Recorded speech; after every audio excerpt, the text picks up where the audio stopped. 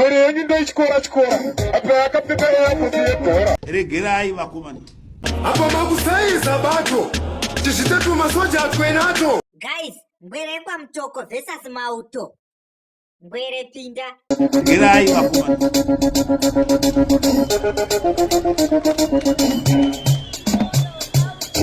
Hatidi kuti ukanganiswe uzoita upenyu waremara handiti.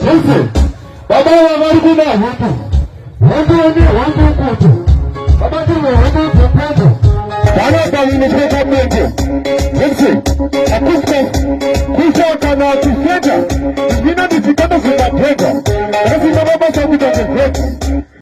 Mauto wadhedwaka dhedhe munhu zvochazonoita vhaipa kuclash. Toda ngwere yekuharare kuti kangwereke kwa mtoko kanenge kachitango kachipoko kanenge kakuti harai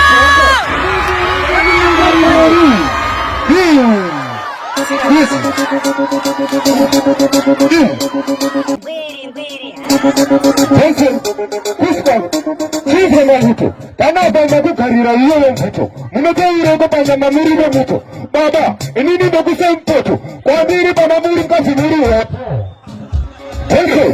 chinhu wesu ngwere yenyu ndoichikora apa yakapfeka yapo yebhora.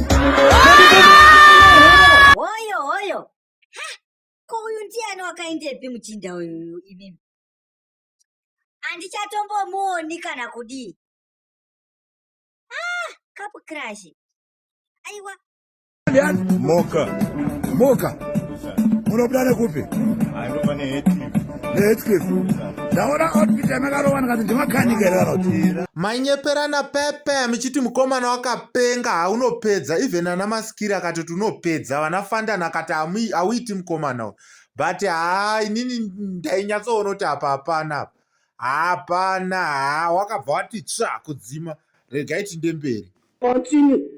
Zvekushaya uri mira zviri zvekushaya uri goti tambudzike paraunda pauti nhasi ndokafraya handikutyenyi ndokurasa kudya.